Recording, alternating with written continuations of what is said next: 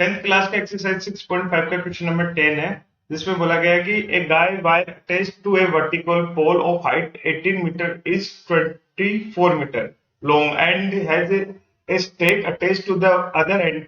How far from the base of the pole should the stake be driven so that wire will be taut? तो ये कह रहा है कि एक कोई लड़का है जो एक वर्टिकल पोल है जिसकी हाइट कितनी है 18 मीटर, ठीक है। ये मान लो हमने एक ट्राइंगल बना लिया, राइट एंगल ट्राइंगल बना लिया, ये हमने बनाया, ठीक है। तो जिसकी एक ये पोल है, ये हमारा पोल है, तो जिसकी हाइट कितनी है हमारे पास 18 मीटर, ठीक है। वो कह रहा है कि इसके 24 मीटर वायर बांधना है। तो ये जो हमारा हाइपोटेनस होगा ये 24 मीटर है, ये हमको वायर बांधना है। और वो कह रहे हैं कि ये ग्राउंड लेवल से, यहाँ से सी से कितनी दूरी पे। अब वो देखो यहाँ भी बांध सकता है, यहाँ भी बांध सकता है, यहाँ भी बांध सकता है, पर यहाँ देखोगे तो ये टाइट नहीं होगा, थोड़ा ढीला रहेगा। फिर यहाँ पर एक पॉइंट आता है जहां पे वो एग्जैक्ट ऐसा लगता है हाँ ये एकदम टाइट है। तो ये आपको फाइंड करना है, एसी यहाँ से आपको फाइंड करना है कि ये कितनी दूरी होगी, ठीक है। तो उसके लिए अब ये देखो, हम जब पोल आ रहा है, एक वर्टिकल पोल आ रहा है, तो ये राइट एंगल है एक तरह से, तो इसलिए हमने राइट एंगल ट्राइंगल बनाया था, ठीक है। तो इसमें एक वो सीधी सी बात है कि पाइथागोरस जो होती है वो क्या बोलती है हमको, हाइपोटेनस का square equal to perpendicular square plus base square, ये हाइपोटेनियस है। अब इसमें देखो हाइपोटेनस किसको बोलते हैं, राइट एंगल ट्राइंगल में जो सबसे बड़ी साइड होती है उसको हम हाइपोटेनस बोलते हैं। तो ये हमारी क्या है, ए बी स्क्वायर। तो ये ए बी है और इसके ऊपर स्क्वायर लगा दे देंगे तो ये हुआ A B square. Perpendicular perpendicular जो राइट एंगल जो एंगल होता है उसके एडजेसेंट साइड, या तो इसको हम परपेंडिकुलर बोल सकते हैं, ठीक है। तो ये बोल दो या चाहे इधर बोल दो। तो ये हमारी कितनी हो जाएगी 18, तो ये हो गई 18 स्क्वायर स्क्वायर प्लस बेस।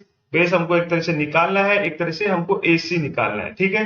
बस यही। अब इसको हमको सोल्व करना है। तो परपेंडिकुलर यहाँ पे हमने बीसी माना है, तो ए बी कितना बने 24, 24 का स्क्वायर इक्वल टू 18 का square plus AC, AC square. 24 का जो हमारे स्क्वायर होता है वो होता है 576, और 18 का स्क्वायर कितना होता है हमारे 324, 324 प्लस एसी स्क्वायर, ठीक है। अब इसको इधर ले जाएंगे तो आ जाएगा 576 minus 324 equal to AC square, AC square. 576 में से 324 घटाएंगे तो हमारे पास बचेगा 252 इक्वल टू एसी स्क्वायर, ठीक है। अब हम क्या कर सकते हैं कि एसी स्क्वायर, इसका स्क्वायर हटाने के लिए इसको रूट में लिख देंगे, तो ये आ जाएगा √252 इक्वल टू एसी, ठीक है। तो हम यहां भी लिख सकते हैं एसी इक्वल टू, अब 252 को हम कैसे लिख सकते हैं, 6 × 6 × 7, 36 को जब 7 से मल्टीप्लाई करते हैं तो हमारे पास आता है 252, ठीक है। तो ये दो, ये देखो ये पेयर में, तो इसलिए बाहर आ जाएगा एक तरह से, तो ये आ जाएगा AC इक्वल टू 6√7।